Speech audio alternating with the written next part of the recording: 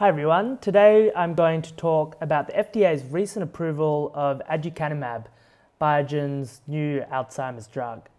Now, usually when a drug is approved, that's a reason for celebration. It's a huge moment. It probably marks the culmination of decades of academic and clinical research. It's an immensely meaningful moment for patients, for doctors, for their families. But in this case, it is the opposite. We think that this is probably one of the worst decisions that FDA has made. And by we, I mean basically every doctor, every person in the field that I've spoken to. It's worth going into what is the issue here and then trying to think of what the ramifications could be. And the ramifications are very serious. This probably marks a huge step back, firstly for Alzheimer's patients, secondly for the biopharmaceutical field, and thirdly for society at large. Now, aducanumab is an antibody that is extremely effective at clearing amyloid beta. Now, amyloid beta, if you're aware, is seen as the cause of Alzheimer's traditionally. The problem is that there's two problems with that hypothesis, or two main problems. The first is that plenty of people get amyloid beta plaques and don't develop Alzheimer's. So there's clearly no direct cause and effect. The second thing is if you clear amyloid beta, you don't cure the disease. So again, that's strong evidence that there's no causal effect there. In fact, amyloid beta could be an effect rather than a cause. And that's actually the hypothesis that fits the data. There have been many drugs that have cleared amyloid beta. This is probably the most effective, and all of them have shown no measurable effect on clinical outcomes. And that's basically in line with the data that was shown to the FDA by Biogen. Now, Biogen ran two studies. They were really well run. They were double-blind. There were different doses. The patients didn't know who got the drug. The doctors didn't know. They were powered. They were large enough and long-term enough to show an effect. And if this was some wonder drug that actually had an effect, it would have come up. If you've got thousands and thousands of people taking a drug, you'd expect to see something. In fact, what was seen was that amyloid beta was cleared, but there was no measurable effect on the disease itself. In fact, in one trial, patients got worse. In the other trial, patients got better. Now, Biogen tortured and twisted the data and said, okay, if you take the good people from this trial, put them in the good trial, then you can kind of see an effect in this small subset. Obviously, that is really, that's not how you can do things, because in any kind of statistical environment, you can be able to chop and choose and create any story you like. The FDA seemed kind of supportive of that, but then they put that to their own independent panel, who almost unanimously voted it down and said, actually, there's no evidence this causes an effect. And the FDA's own statisticians came to the same conclusion. And the two trials were stopped because they were futile. They were judged as being futile, as in there was basically no chance if they continued the trial, there would be a statistical effect. And so it's been very clear, that's pretty convincing evidence that this drug does not do what it was supposed to do. Nevertheless, the FDA has approved it on the basis that it clears amyloid beta, so that might actually have some measurable effect on the disease. Now, people who've been following us for a while will not be surprised this has driven us absolutely insane, because the amyloid beta hypothesis is flawed. We are excited when we see companies pursue different avenues.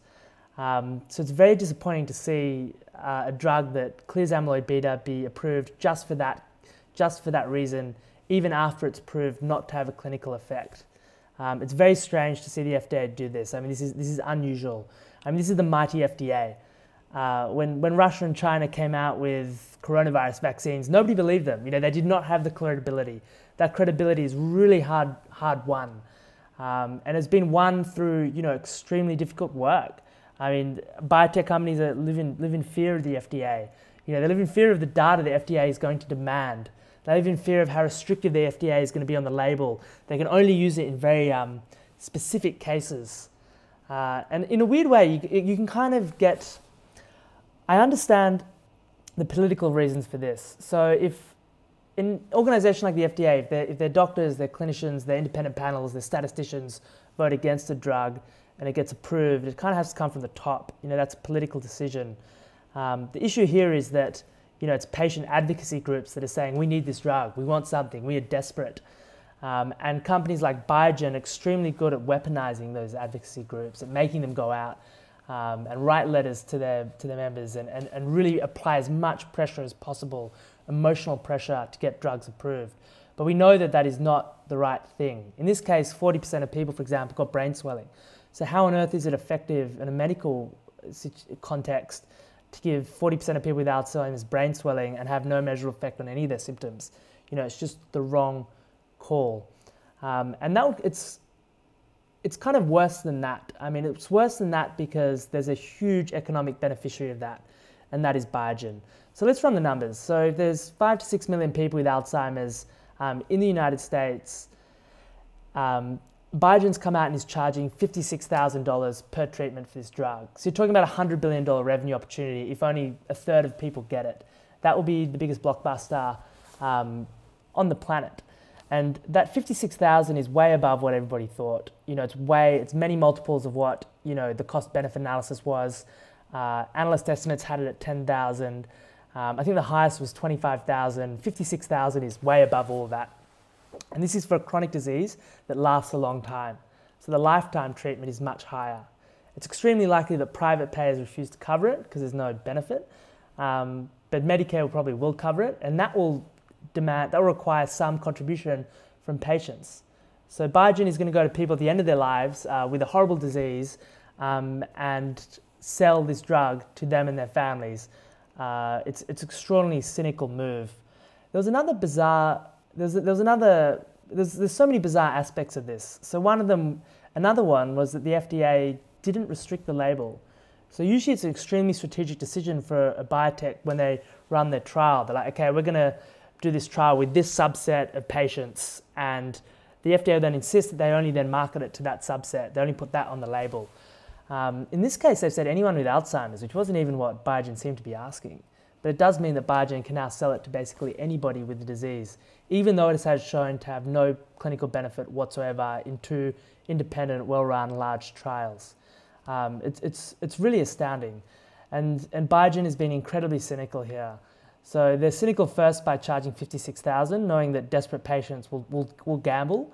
And I hold that against nobody. You know, I don't know what I would do. If somebody said there's a drug that might work, and you're in a dire situation with an untreatable disease, I don't even know what I would do. You know, it's such a tough position to be in, and it's why it's so important that independent people need to look at the numbers and actually see what works and then act accordingly, and why it's so horrible that the opposite has happened.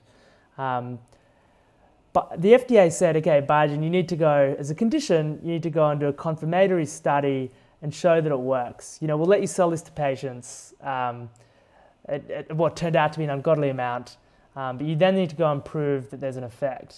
Biogen has come out and said, we will do the study and the data readout will be in 2030. Now, Biogen has no incentive whatsoever to do this study. You know, like the FDA made a similar call with Sarepta, where there was a treatment for an otherwise incurable disease that was also shown to have no effect, but they let the company sell it on the condition that they do confirmatory studies. 5 years later, those studies still haven't been done. And Biogen has given themselves 9 years. 9 years of selling a drug at $56,000 US a person to a drug when there's millions and millions of people in the United States alone with this thing.